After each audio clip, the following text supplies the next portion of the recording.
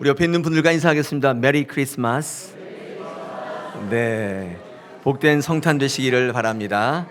네, 이런 메리라고 하는 말은 어떤 뜻이냐면요, 원래 어원이 진정한 그런 뜻입니다. 메리 크리스마스는 행복하고 즐거운 크리스마스라기보다는 진정한 크리스마스를 알며 그 의미를 되새기는 그런 크리스마스가 되라고 하는 그런 축복의 말이죠. 오늘도 우리 성탄 예배를 통해서 이 성탄의 진짜 의미를 다시 한번 새기면서 여러분 안에 아기 예수께서 오시는 놀라운 역사가 있기를 축원합니다. 할렐루야.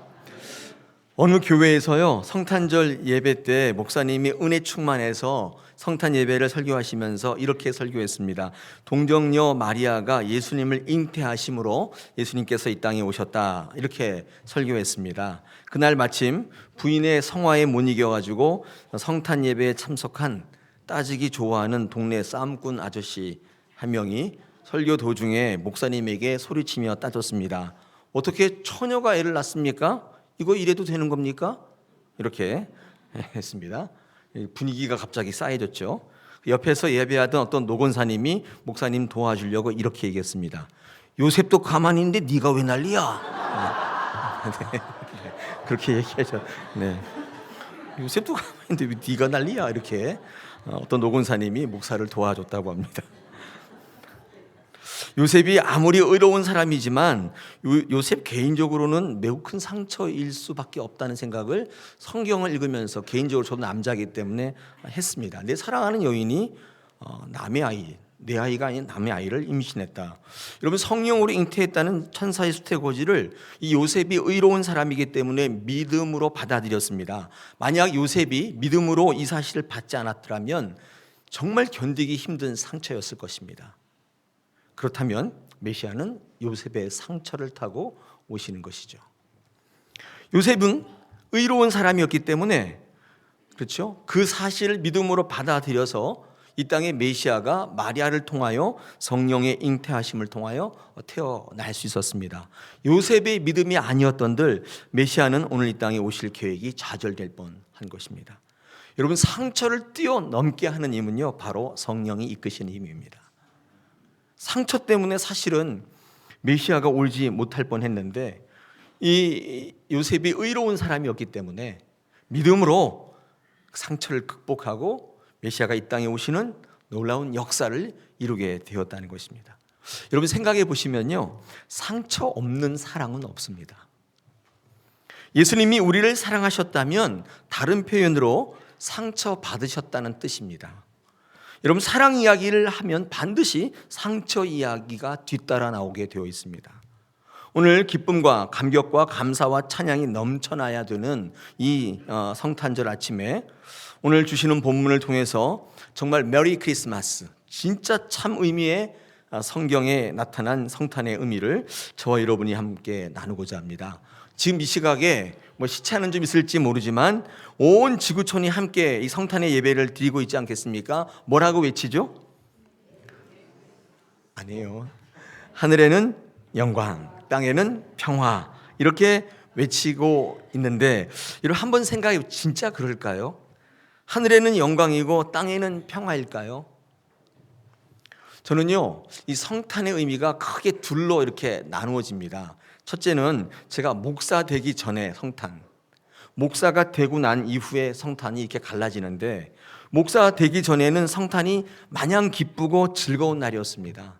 성탄하면 캐롤 생각나고 너무 즐겁고 행복한 날이었습니다. 그런데 목사가 되고 나서 목회를 하면서부터 언젠가부터 성탄을 생각할 때마다 기쁨과 감격과 환호보다는 상처가 떠오릅니다.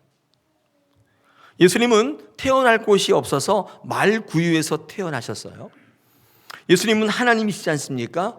하나님은 존귀와 영광을 받으시기에 합당하신 분인데 이 땅에 오셔서는 대접조차 받지 못하셨습니다. 말구유, 말밥통에 태어나셨어요. 거기는 사실은 그 인간도 태어나지 않는 곳인데 거기에 태어나셨습니다. 만약에 제가 하나님일 리는 없지만 제가 하나님이면 엄청 상처받았을 것 같아요. 내가 아무리 너희 죄를 사하러 여기 왔는데 야, 이게 뭐냐? 이런 생각을 하지 않으셨겠습니까? 여러분, 사실 예수님은요, 영광과 평화 가운데 오시지 않고 사실은 상처 가운데 오셨습니다. 이 땅에 오신 메시아 예수님은 그래서 상처 입은 구원자인 것입니다. 뿐만 아니라 제가 오늘 PPT를 준비해 왔습니다. 여기에 보시면 요한복음 1장 10절로 11절에 보니까 성경은 이렇게 증거하고 있습니다. 그가 세상에 계셨으며 세상은 그로 말미암아 지은 바 되었으되 세상이 그를 알지 못하였고 자기 땅에 오매 자기 백성이 영접하지 아니하였으나, 이렇게 얘기합니다. 여러분, 세상이요, 그를 알지 못했대요. 그리고 자기 백성이 영접하지 않았다고 성경은 이야기하고 있습니다. 모든 것의 근원이신 하나님께서 인간의 육신을 입고 사람들을 구원하시기 위해 이 땅에 친히 오셨는데, 태어날 곳이 없어서 말법통에 태어나시기까지 했는데, 그의 눈높이에 맞춰 그의 삶의 자리 속에서 우리를 너무 사랑해서 모든 것 다 포기하시고 낮아지고 낮아질 대로 낮아지셔서 오셨는데, 다 희생했는데 알아보지를 못하는 거예요. 심지어는 영접하지도 않았대요. 이거 엄청난 상처일 것 같아요. 예수님이요, 이런 사람들의 태도를 보면서 예수님의 심정은 어떠했을까, 하나님은 어떤 생각을 하셨을까를 생각해 보면 예수님은 엄청 상처받으셨을 것 같아요. 여러분, 근데 그게 사랑이에요. 여러분, 그래서 상처를 제일 많이 받는 이들이 부모입니다. 부모는 다 쏟아붓잖아요. 근데 자녀들이 모른다고 그래요. 부모가 상처를 제일 많이 받아요. 부모 된 분들은 아마 알고 계실 겁니다. 다 주었는데 나중에 모른다, 부모 모른다 그러잖아요. 상처를 제일 많이 받습니다.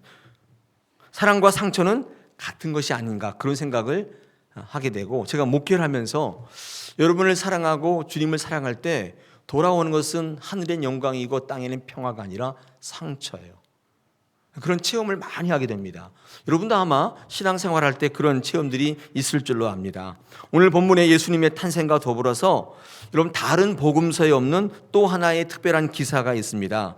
오늘 마태복음 2장에는요 동방박사의 이야기와 더불어서 예수님께서 애굽으로 피신 가신 이야기가 적혀 있습니다. 내용은 이렇습니다.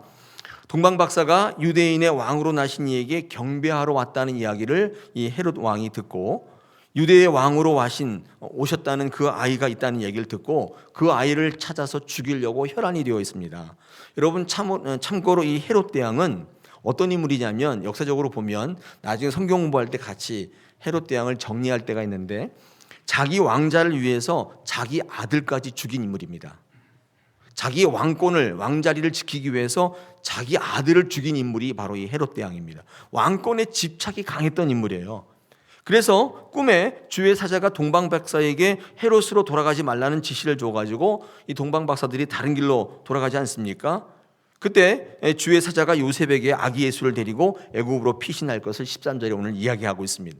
그래서 애굽으로 탈출합니다. 이를 안 헤롯 대왕은 예수님이 태어날 당시를 기점으로 2살부터 그 아래로 태어난 남자애들 모두 죽여버려요. 오늘 16절 보십시오. 16절에 이렇게 증거하고 있습니다. 이에 헤롯이 박사들에게 속은 줄 알고 심히 노하여 사람을 보내어 베들레헴과 그 모든 지경 안에 있는 사내 아이를 박사들에게 자세히 알아본 그때를 기준하여 2살부터 그 아래로 다 죽였다. 이게 되어 있습니다. 그러니까 엄청난 살육이, 대학살이, 전대미문의 대학살이, 유아 대학살이 일어난 거예요. 여러분, 생각해 보십시오. 이 땅에 오신 메시아 예수님이 나중에 이 사실을 접했을 때, 이 사실을 알았을 때 얼마나 큰 상처가 되었겠어요. 얼마나 큰 자책감이 들었겠어요. 내가 이 땅에 오는 것으로 말미암아 도대체 헤아릴 수도 없는 수많은 그 어린 생명들이 다 죽었다, 이렇게 생각을 한다면 얼마나 큰 상처가 되었을까요? 하늘에서도 울지 않았을까요? 하늘의 영광이 되었을까요?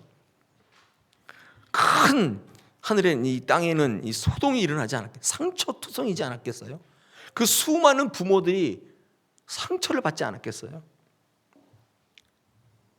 여러분, 예수님은 이 땅에 오실 때 그 상처를 안고 오셨다고 봐도 과언은 아닌 것입니다. 여러분, 성탄에 주시는 또 하나의 메시지, 진짜 메리 크리스마스에 가지고 있는 뜻 중에 하나가 이런 메시지가 있습니다. 상처에서 구원이 나온다. 다시 한번요. 하늘의 영광 땅에는 평화이지만 실제로 그 구원을 자세히 들여다보면 상처에서 구원이 나온다는 사실을 메리 크리스마스가 우리에게 전하고 있습니다. 여러분, 그러므로 그리스도인들이 성탄을 맞으면서 두 가지의 삶을 선택할 수가 있습니다. 보시면 이렇게 두 가지입니다. 오늘 성탄 예배를 드리시면서 여러분 어떤 삶을 선택하실지를 결정하십시오. 상처받기를 선택하는 삶이 있고요, 그 다음에 혜택받기를 선택하는 삶이 있습니다. 여러분, 사랑하기를 원한다면, 사랑하기로 결정한다면, 생명 살리기로 결정했다면 상처받기를 선택하는 삶을 살 수밖에 없어요. 헌신하고자 하고 사랑하고자 하고 생명을 살리고자 마음 먹어보십시오. 반드시 상처가 뒤따라와요. 사랑하기로 결심하는 순간 상처받을 각오를 하셔야 돼요. 생명을 살리기로 결정하는 순간 상처받기를 주저하시면 안 되는 거예요. 여러분, 사랑을 선택했다는 말은 상처를 선택했다는 말과 동일합니다. 여러분, 상처받지 않는 방법은 뭔지 아세요? 거리를 두면 돼요. 그럼 상처 없습니다. 모르는 사람처럼 살면 아무 상처 없어요. 그냥 휙휙 지나가시면 돼요.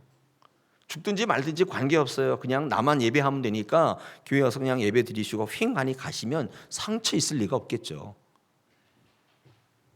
여러분, 신앙생활하면서 난 한 번도 상처를 받은 적이 없다? 이렇게 말씀하시는 분이 있다면 한 번도 사랑해 본 적이 없다는 말과 동일해요. 여러분, 상처가 없는 교회라고 자랑하지 마십시오. 그건 자랑이 아닙니다. 그것은 사랑이 없는 교회라고, 생명이 없는 교회라고 광고하는 것과 똑같아요. 사랑하는 교회일수록, 하나님을 통해서 하나님 일을 하면서 생명을 살리기로 결정하는 교회일수록 상처가 난무하는 거예요. 할렐루야. 제 말이 거짓말입니까? 그런가요? 여러분, 주님을 사랑하십니까? 반드시 상처가 있어요. 제 목회하면 상처투성이에요. 여러분, 저를 잘 아시는지 모르시는지 모르겠지만 저 목사는 상처 하나도 없을 거야, 그렇게 생각하시는 분이 종종 계시더라고요. 네. 목회는 상처예요. 동일어예요. 동일어. 목회할 때 가장 적이 뭐냐면 자기의 분노예요. 이 분노를 빼내지 않으면 목회할 수 없습니다. 계속적으로 이 분노가 차오르게 되는 거예요. 여러분, 그러므로 목회하기로, 또 하나님 생명을 살리기로 결정해 보십시오. 여러분, 교회에서 봉사하면서 하나님의 일을 감당하기로 결정해 보십시오. 무조건 상처받아요. 무조건 상처받게 되어 있는 것입니다. 주님을 사랑하면 능력만 임합니까? 기쁨만이 임합니까? 그렇지 않습니다. 오늘 우리 성탄 예배를 드리면서 이 성탄절에 주시는 진정한 메시지 중 하나인데, 내가 교회를 하기로 결단하고 예수 그리스도를 통해 생명 살리기로 결단했다면 상처를 이야기하시면 안 돼요. 반드시 따라와요. 반드시 옵니다. 여러분, 왜 사랑과 상처는 같이 가냐면요, 사랑은 상대방의 행동에 따라 나의 반응이 결정되는 게 아니라 상대방이 어떻게 하든지 간에 그들을 품는 것이기 때문에 그래요. 사랑과 상처가 같이 가요. 상대방의 반응에 따라 내가 행동하는 게 아니에요. 어떻게 해요? 어떤 형태로든지 그들을 품어내는 것입니다. 그러므로 진정한 사랑은 상처로부터 출발할 밖에 없다는 사실을 우리에게 말씀합니다. 아까 요한복음 1장 11절 12절 다시 한번 가보십시다. 거기 가니까 이렇게 되어 있습니다. 자기 땅에 오매 자기 백성이 영접하지 아니하였으나, 12절에 보니까 영접하는 자 곧 그 이름을 믿는 자들에게는 하나님의 자녀가 되는 권세를 주셨다. 성경은 이렇게 증거합니다. 11절에 자기 백성이 영접하지 않았다고 되어 있는데 12절에 가니까 뭐라고 되어 있습니까? 하나님의 자녀가 되는 권세를 주셨대요. 그리고 그렇잖아요. 영접하지 않았으면 안 줘야 되는데 그 사람들이 영접하지 않은 반응에 따라서 합당한 대접을 해줘야 되는데 예수님은 그렇게 하지 않으셨어요. 영접하지 않았어요. 상처받았어요. 그런데도 불구하고 하나님의 자녀가 되는 권세를 주셨다는 것입니다. 거부하고 거절하는 상처를 주었는데 자녀가 되는 권세를 주신다는 것입니다. 여러분, 하나님의 자녀가 되는데 우리의 반응 같은 것은 전혀 영향을 미칠 수가 없다는 거예요. 다시 한번요. 오늘 이 시간에 사랑으로 이 땅에 오셨다. 상처를 가지고 오셨는데 그 예수님 우리에게 뭐라고 말씀하시냐면 내가 너희를 자녀 삼는데 너희의 반응 같은 것들은 그런 따위는 너희가 하나님의 자녀가 되는데 별 영향이 안 된다는 거예요. 뭐 영접을 하지 않든 무시를 하든 뭐 아무튼 뭐 관심을 갖지 않든 관계없이 너희의 반응과 관계없이 너희는 나의 자녀다. 여러분 상처가 사랑이 같이 가는 이유입니다. 우리들은 상대방의 반응에 따라 반응함이 결정하는 사람이 되지 말라는 오늘 성탄의 메시지가 있습니다. 여러분 누군가를 사랑하실 때 그 사람이 하는 거에 따라서 사랑하고 미워하지 마십시오. 오늘 이 시간 성탄 예배를 드리는 이유 중에 하나예요. 예수님은 여러분 영접하지 않았지만 하나님의 자녀가 되는 권세로 여러분을 품으셨어요. 그게 메리 크리스마스인 것입니다. 우리는요 메시아로부터 하나님으로부터 엄청난 은혜를 입었습니다. 우리의 죄가 한순간에 다 사라지는 놀라운 은혜를 입었는데 근데 우리는요 이 메시아의 이 땅에 오심을 통하여 지금 살아가는 삶을 통하여 우린 주님께 어떻게 하고 있습니까? 굉장히 배은망덕하게 살아갈 때가 많이 있습니다. 그래도 하나님의 자녀 되는 권세를 주셨어요. 왜 그래요? 하나님이 사랑이시기 때문에 그래요. 여러분 그 사랑을 체험하고 용서를 받은 저희들은 어떻게 해야 됩니까? 우리도 나가서 똑같이 그렇게 하셔야 돼요. 여러분 여기에 앉아 계신 이유입니다. 큰 은혜를 입었기 때문이에요. 우리 마태복음 18장에 보면 이 1만 달란트와 그 다음에 100데나리온의 이 비유가 나와 있습니다. 여러분 그 1만 달란트라고 하는 것은 돈으로 환산할 수 없는 금액이란 뜻입니다. 1만 달란트는 사실 돈으로 환산할 수 없어요. 굉장히 크기 때문에 뭐 조 단위가 넘어가고 막 그러기 때문에. 근데 여러분 100데나리온은 뭐 한 1,000만 원 정도 된다고 칩시다. 이게 왜 1,000만 원 정도를 탕감해 주느냐, 줘야 되느냐? 엄청난 은혜를 받았기 때문이에요. 여러분 어떻게 1,000만 원을 탕감해? 1,000만 원이 작은 돈은 아닌데 그거 별거 아니라고 생각할 수도 있지만 이게 단일 금액으로 보면 작은 금액은 아니지 않습니까? 그런데 우리는 그것을 탕감해 줘야 한다고 얘기합니다. 별거 아니라고 얘기합니다. 이유는 1,000만 원이 작은 돈이 아니기 때문에 작은 돈이기 때문이 아니라 우리가 받은 은혜가 너무 크기 때문이에요. 이렇게 이해하시면 돼요. 1,000만 원이 그게 작은 돈은 아니잖아요.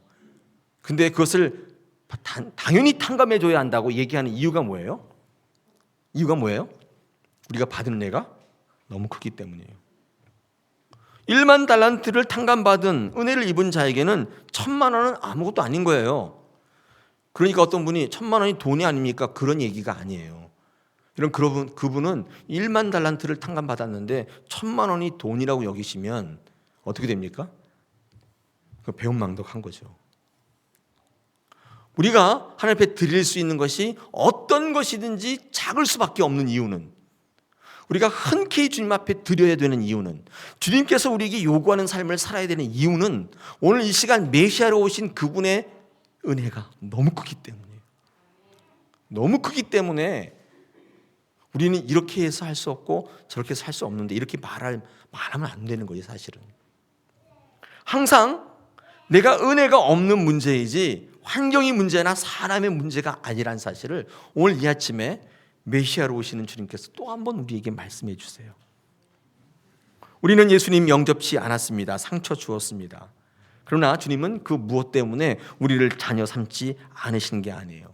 오늘 13절에 보니까 이렇게 되어 있습니다. 혈통이나 육정으로 한 것이 아니라 하나님께로부터 온 은혜 때문이다. 오늘 요한복음 1장 13절에서 그렇게 우리에게 말씀하고 있는 것입니다. 주님은 이 땅에 오신 것은 하나님으로부터의 용서와 화합의 은혜를 주시기 위해서 왔습니다. 상처를 이기고 사랑으로 서로를 구원하라고 메시지를 주시고 있는 것입니다. 주님은 이 땅에 오실 때 상처 입으셨는데 그것으로 주저앉으신 게 아니라 그 상처를 통해서 구원의 길로 나가셨습니다. 그것 때문에 더욱 상처받는 인생들을 긍휼히 여기실 수 있었습니다. 우리는 예수님의 상처 때문에 구원받았다고 한다면 여전히 우리 주변에 상처받은 이들이 많이 있다고 한다면 오늘 이 시간 메리 크리스마스의 성탄의 메시지는 그들에게 가라고 하는 메시지인 것입니다. 상처 때문에 주저앉는 인생 되지 말고 방에 앉아가지고 자기 묵상하면서 곱씹지 말고 머리 쥐어뜯지 말고 상처를 구원으로 이어가라는 것입니다. 메리 크리스마스입니다. 이 땅에 메시아로 오신 예수 그리스도가 그렇게 사셨기 때문입니다.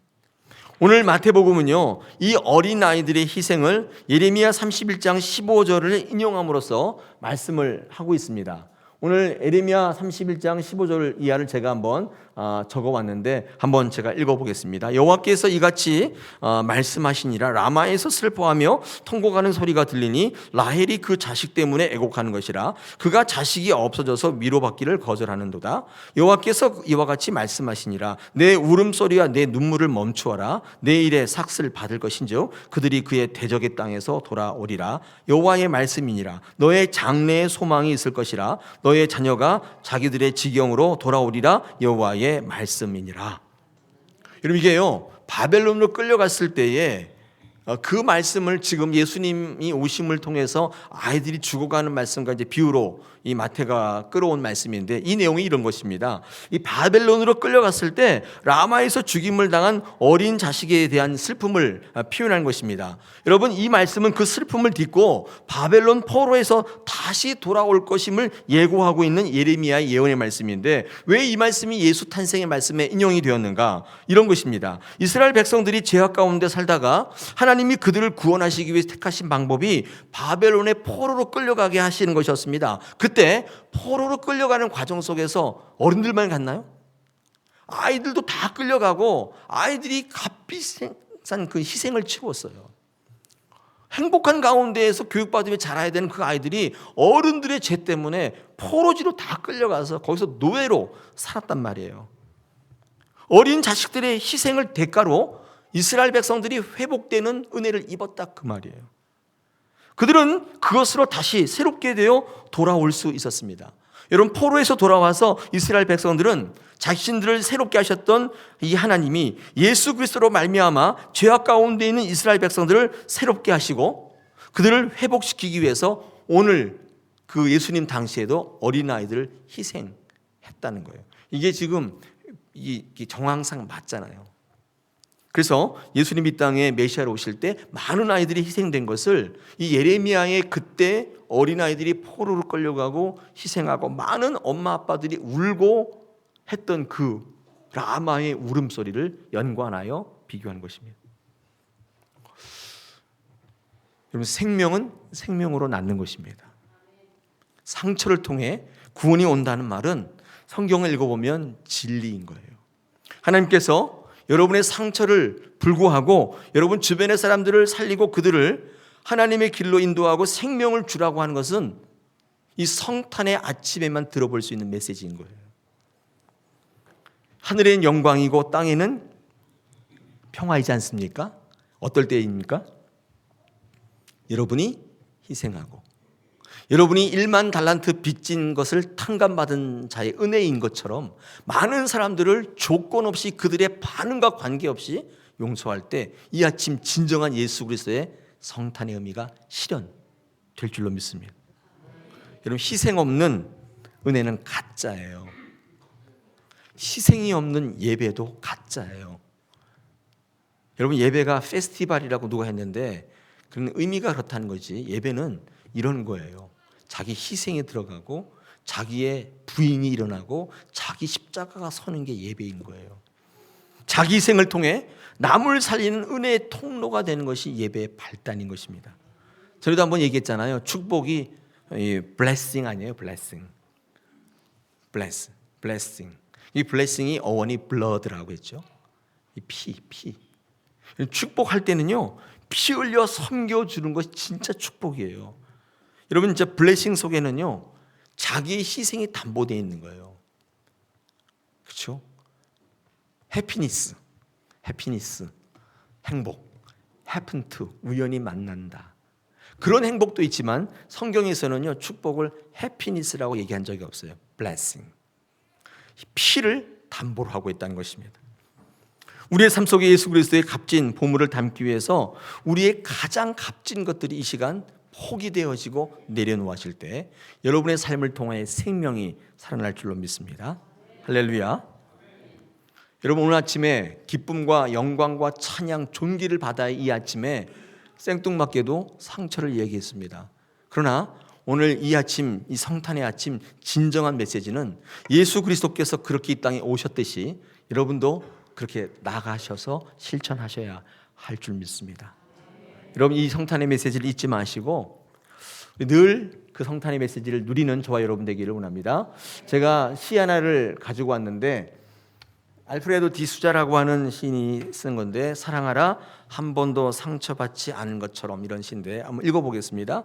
춤추라 아무도 바라보고 있지 않은 것처럼, 사랑하라 한 번도 상처받지 않은 것처럼, 노래하라 아무도 듣고 있지 않는 것처럼, 일하라 돈이 필요하지 않은 것처럼, 살라 오늘이 마지막인 것처럼. 할렐루야. 멋있는 시죠?